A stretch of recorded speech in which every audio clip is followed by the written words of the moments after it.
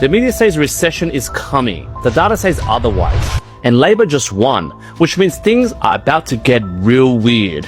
Everyone's screaming about rate cuts. You know, the recent rate cut that happened in May by 0.25. We have made the judgment that global trade developments will overall be disinflationary for Australia. And now the cash rate is 3.85, which is a great win for investors and first home buyers and also existing owner-occupiers. But with talks on future rate cuts, Trump's tariffs, the United States decision to impose tariffs on Australian steel and aluminium as part of a global decision are concerning. and the housing market collapsing, all this mix of good news and doom and gloom for the media at the moment, let me tell you the truth, guys, right now. Australia is not heading into a recession at all. And if you're a property investor, this is exactly the window you have been waiting for, guys. While everyone else is panicking in the group chats, this is what we're unpacking today. In today's roast, we're cutting through the noise to look at why Australia is unlikely to fall into recession, how Labor's win changes the game and not in a way they promised, what it means for the property prices, borrowing conditions, and investor strategy, and why waiting could cost you more than acting. And lastly, the real story behind this per capita recession fear campaign by the media. So let's get into it, guys. And just like always, I'm going to bring the receipts. Because right now, guys, the recession headlines are kind of lazy by the media. So let's break it down properly. Let's start with what no one bothers to explain. There is a difference between a technical recession and what the RBA really cares about. When the RBA says, using the old school definition, that there is 2 consecutive quarters of negative GDP growth, what this really means in English, guys, is that there's widespread sustained weakness in GDP, jobs, spending, income, and employment. And by that standard, we're nowhere near the cliff, guys. It just basically means, in plain English, we have a weak GDP. But right now, guys, employment is still low, and job ads are still strong.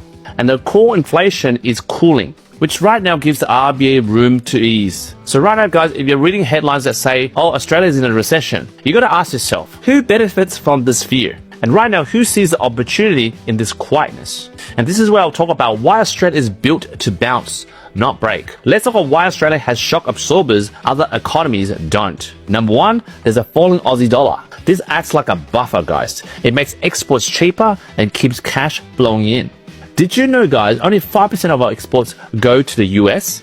So Trump's trade tantrums is basically background noise for us. And the RBA, guys, they still have ammo. With a cash rate of 3.85% at the moment, there's actually more room for a cut.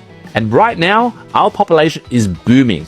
And this is thanks to post-COVID immigration, and demand is rising in housing at the moment. And add on top of that, guys, Labor just won. And their policies at the moment, you either love them or hate them, guys, but they are designed to pump money back into the hands of first home buyers, renters, and infrastructure contractors. This is a stimulus by our accident, guys. It's a vote-winning economics that just happens to keep the housing market propped up while pretending it's about affordability.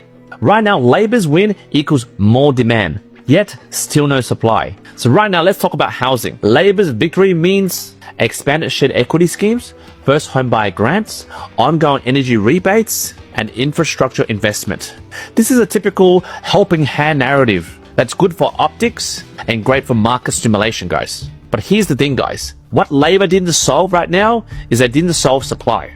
We still have construction delays, material shortages, and planning gridlocks at state and council levels. So what happens when you increase demand and feel good policy, but don't actually increase supply? Again, guys, I repeated this on my channel over and over again. It might even seem obvious, guys. Prices will just rise again and again. This is what happens when you have limited supply, but a lot of demand. So that's why even if we avoid a recession, you gotta know, guys, property actually becomes less affordable, not more affordable. And you guys might be thinking, hey Q, what about the per capita recession? Sure, guys, but that's not the full story. The media loves the scary term per capita recession.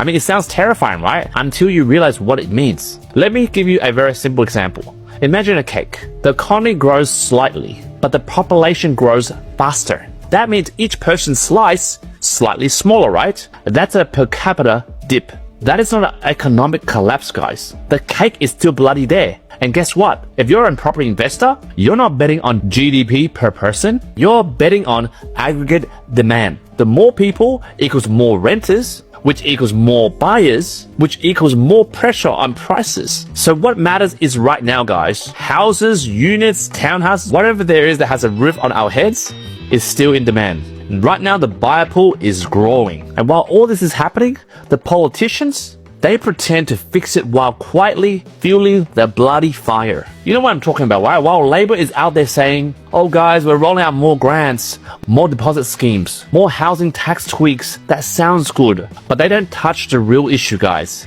The real issue is supply. Who's increasing the supply here? I'm telling you guys, it's the same political playbook that the coalition was playing last 2 years ago. I mean, they make it easier to buy, but they don't make it easier to build. And that doesn't fix the housing supply issue at the moment. Rather, in effect, it inflates it. So right now, what does this mean for property investors right now? My final thought is Australia will never hit a recession, guys. And trust me, guys, even if we did, it will be probably very mild and short. I'm telling you right now, guys, it's going to be politically padded, which means there will be a strong labor market that stays intact. Demand for migration keeps pushing housing pressures, which then will cause the RBAs to ease interest rates. And with the fresh first home buyer policies adding more fuel to fire to the property market in this kind of environment, this is the prime time for strategic entry, especially when the others who are frozen by the media headlines with fear is basically the best time to buy right now. So here's my final thoughts, guys.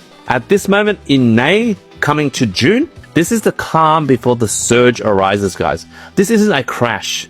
This is the pause before the wave. And the investors who I'm working with at the moment, they're currently working with me or their mortgage brokers to release equity, refinance, even at a slightly higher rate to get into market right now to ride that capital growth before the surge comes in. So if you want to be like those investors or you're curious about how you can do this as well, I suggest two things. Either book a 15-minute strategy call with me or a 60-minute strategy call where we can talk about holistic lending solutions to help you build a property portfolio. On top of that, if you want, I can introduce you to my financial planners, my accountants, and a lot of reputable buyers agents that I work with to help you build your A game. But hey, if you're not ready, just hit the like button if you like this video so far, hit the subscribe button, and hit the bell notification if you want future videos like this. And until next time, I'll see you on the other side, and thank you for watching another episode of That Property Roast.